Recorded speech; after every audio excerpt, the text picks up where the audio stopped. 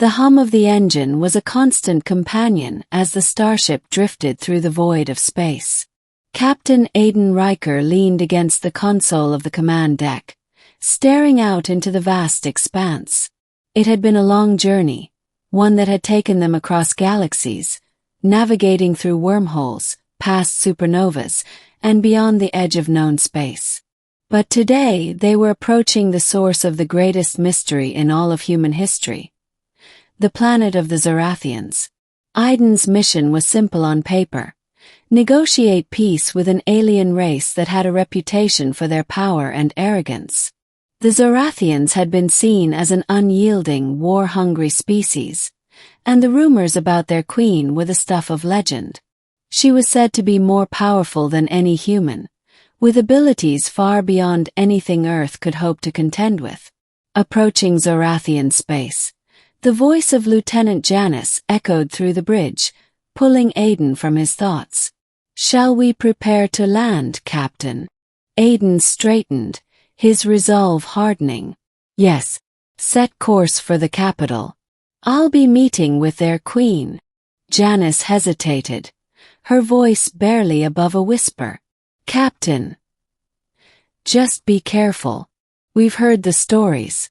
The queen, she's no ordinary alien." Aidan gave her a half-smile, trying to reassure her. "Don't worry, Lieutenant. I've faced worse than legends." The arrival. The ship settled onto the landing pad, its metallic feet touching the ground with a soft thud. Aidan adjusted his uniform, checked his gear, and gave one last look to his crew before stepping out of the ship. He was met by a group of Zorathian soldiers, tall and imposing, their skin a deep violet hue, their eyes glowing with an unnatural light. They led him through a series of twisting corridors, until they arrived at the grand throne room. The air was thick with an oppressive, almost tangible energy. It hummed in the air, vibrating against Aidan's skin. And then there she was, the Zorathian queen. Her form was majestic, a towering figure cloaked in flowing robes that shimmered with ethereal energy. Her skin was a dark shade of purple, her eyes wide and radiant like twin stars. She sat upon a throne of black stone, her expression unreadable. She raised an eyebrow as Aidan approached, her lips curling into a smirk. "Captain Aidan Ryker," she spoke, her voice a melodic yet intimidating blend of authority and power. "You've come far to meet me. I must admit I'm curious. What makes you think you can negotiate with someone like me?" Aidan held her gaze, his voice steady. "I believe in diplomacy. It's the only way to avoid conflict." The Queen's laughter filled the room, sharp and biting. "Diplomacy? With me? How quaint. Do you truly think your strength, your power, your humanity can match mine?" Aidan stood tall, unaffected by her mocking tone. "I don't believe in power for the sake of power. But I do believe in strength when it's needed." The Queen's eyes narrowed. "Strength? What do you know of strength?" "I have the power to crush entire fleets with a mere thought. My mind can bend reality itself. You are nothing compared to me." Aidan took a step forward, his jaw clenched. "I'm not here to fight, but don't mistake me for weak." The Queen rose from her throne, her presence even more intimidating up close.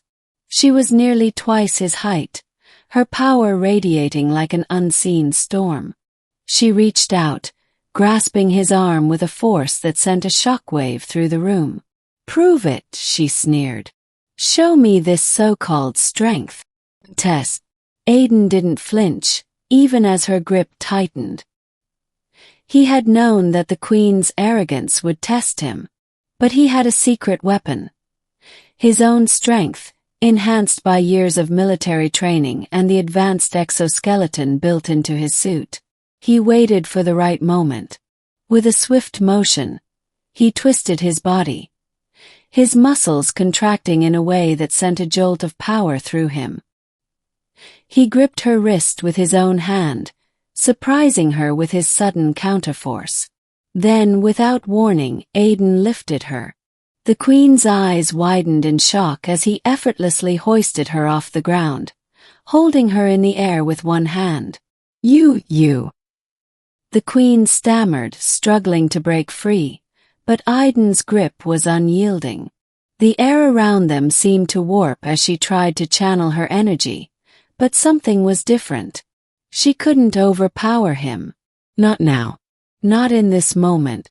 Aidan held her there for a long moment, his voice steady as he spoke. You underestimate me, Your Majesty. I don't rely on raw power alone.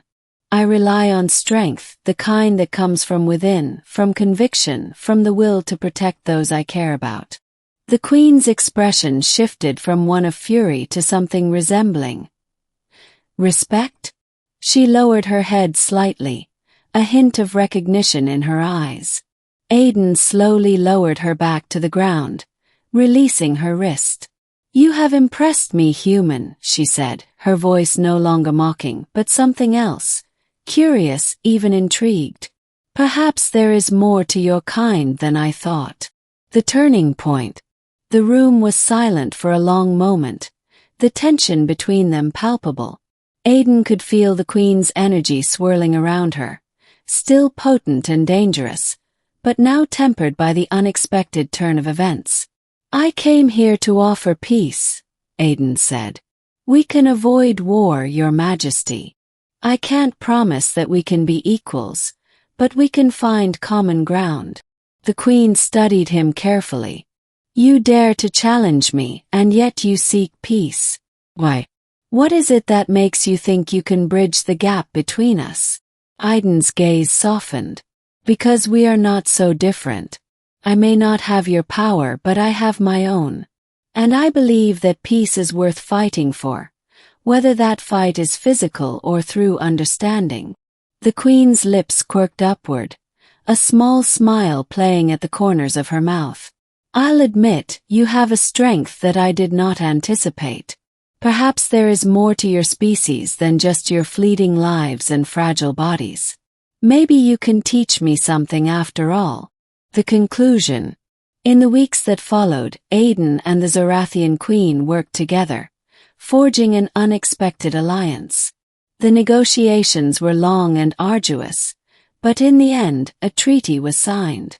The Zorathians agreed to halt their expansion into human territories, and in return, humanity pledged to share knowledge and technology that would benefit both species. Aidan left Zorathian space with the knowledge that peace had been achieved, not through brute strength, but through understanding and mutual respect. And as for the Queen, she had learned that strength wasn't always about power. It was about knowing when to fight and when to stand down. And so, as the starship soared back into the vast unknown of space, Captain Aidan Ryker knew that the universe was a far more complex place than he had ever imagined. But with the right strength, anything was possible, even the impossible.